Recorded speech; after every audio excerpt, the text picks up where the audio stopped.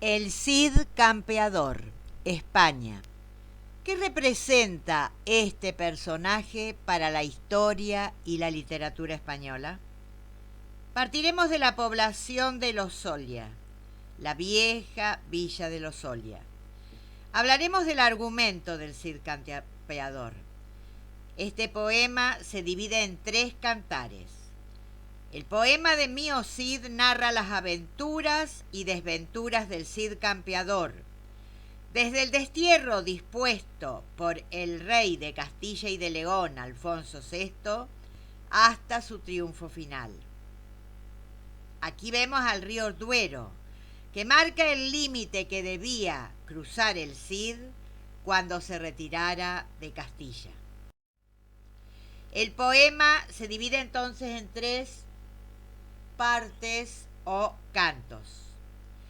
Primera parte, Cantar del Destierro. Alfonso VI, rey de León, entre 1065 y 1109. Destronado por su hermano Sancho II, huyó a Toledo. A la muerte de aquel Alfonso, volvió a ocupar el trono. El Cid lo hace jurar que no ha participado en la muerte de su hermano Sancho. Alfonso se enemista con el Cid y lo destierra de Castilla, amenazando con terribles males a quien se atreviera a darle hospedaje. Aquí nos encontramos en Aranda del Duero. El Cid se ve obligado a separarse de sus seres queridos y emprende su lucha en tierras ajenas de Castilla. Aquí va a atravesar esa tierra. Estamos en Santa María, en Aranda del Duero. Los triunfos militares del Cid van a culminar con la conquista de Valencia. Aquí estamos en el portal de la iglesia de Santa María en Aranda del Duero. Toda esta tierra es significativa para el Cid Campeador. El Cid Campeador no va solo en su destierro. Lo acompaña una mesnada de vasallos y parientes. Llegan al portal de la iglesia Santa María en Aranda del Duero. ¿Por qué los árabes invadieron España? En el año 711, al ser elegido rey don Rodrigo, el gobernador de Ceuta, conde don Julián, enemistado con el monarca, pensó en destronarlo y pidió ayuda a los árabes. Estos cruzaron el estrecho desde Gibraltar al mando de Tarik, chocaron en Guadalete con los cristianos y estos fueron vencidos. Los árabes vivieron en España 700 años, pero no se habían integrado a la vida nacional. Soñaban con una reconquista musulmana a cargo de los turcos. Ahora nosotros llegamos a Burgos y atravesamos el río Arlanzón, el mismo que debió haber atravesado el Cid Campeador con sus mesnadas. En España se dictaron medidas persecutorias. En 1570 los pueblos moros se sublevan, luchan desde las sierras mediante guerra de guerrillas. Al final, tras 5 años de lucha, don Juan de Austria sometió a los cabecillas, pero el sometimiento era fingido. Estamos en la puerta de Santa María en Burgos, lugar significativo para el Cid Campeador. En 1610, el rey Felipe debió expulsar a los árabes del reino. España entró en decadencia al expulsar al pueblo árabe. España perdió 500.000 hombres, en su mayoría trabajadores.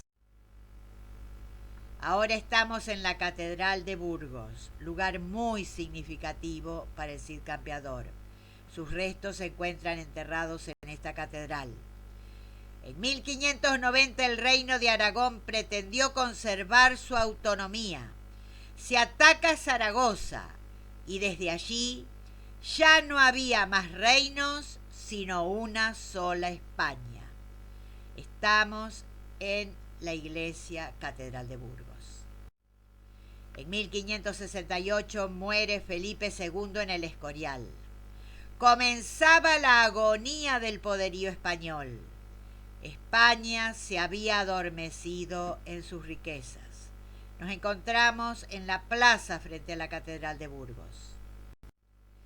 Las riquezas entraban al reino español, pero pasaban a los países vecinos, productores de manufacturas y de una economía mejor dirigida. Estamos en la iglesia de Santa Gadea.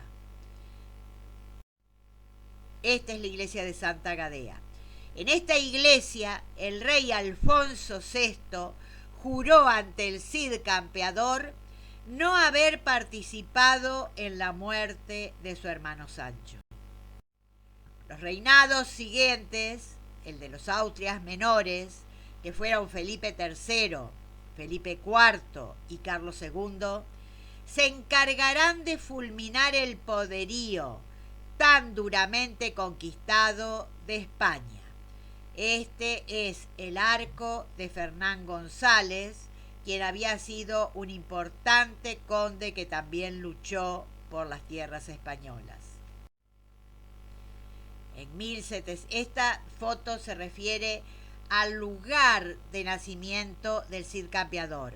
En realidad no nació en este lugar, pero es un recuerdo a su existencia. En 1700 se produce la Guerra de Sucesión Española. Desaparece la dinastía de los Habsburgos en España. A partir de ahora, los Borbones en España la atarán al destino de Francia. Esta es el monasterio de San Pedro de Cardeña. Y nuevamente la Catedral de Burgos. Desde el destierro impuesto por el rey Alfonso VI comienza para el Cid una vida de aventuras y desventuras para él y sus servidores. El Cid iba acompañado de fieles vasallos que lo acompañaron en su destierro. El Cid Campeador debe salir de este reino de Castilla. Nadie puede ayudarlo. Aquí vemos el camino hacia San Pedro de Cardeña que recorrió el Cid Campeador para dejar allí resguardadas a su esposa y a sus 2 hijas. El rey amenaza con terribles males a quien quiera ayudarlo o darle hospedaje al Cid Campeador. Debe separarse de sus seres queridos. Pero en todo momento se muestra como un caballero cristiano, con una gran fortaleza interior. Aquí acude nuevamente a la iglesia para invocar a Dios la ayuda divina. Y así el Cid Campeador emprende la lucha en tierras ajenas a Castilla. Se va a dirigir a Zaragoza y allí va a luchar contra los moros. Estas son tierras de Zaragoza. Esta es la Aljafería. Aquí estaban las cortes de Aragón y el palacio de los reyes católicos. Estas tierras lo vieron luchar con gran entereza. Los triunfos militares del Cid culminan con la conquista de Valencia. Aquí nos estamos acercando a la población de Valencia. Este es el muro de Peñíscola, cercano a esta población. Así vamos a comenzar con el segundo cantar. El cantar de las hijas del Cid, quienes se casan con los infantes de Carrión. Este cantar también se lo llama la afrenta de Corpes. Estamos en Valencia.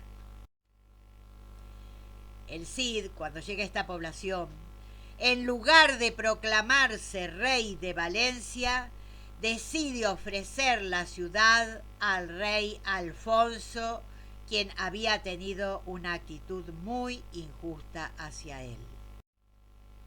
Y el rey poco a poco siente que lo desterró injustamente al Cid Campeador. El rey, conmovido, le otorga su perdón.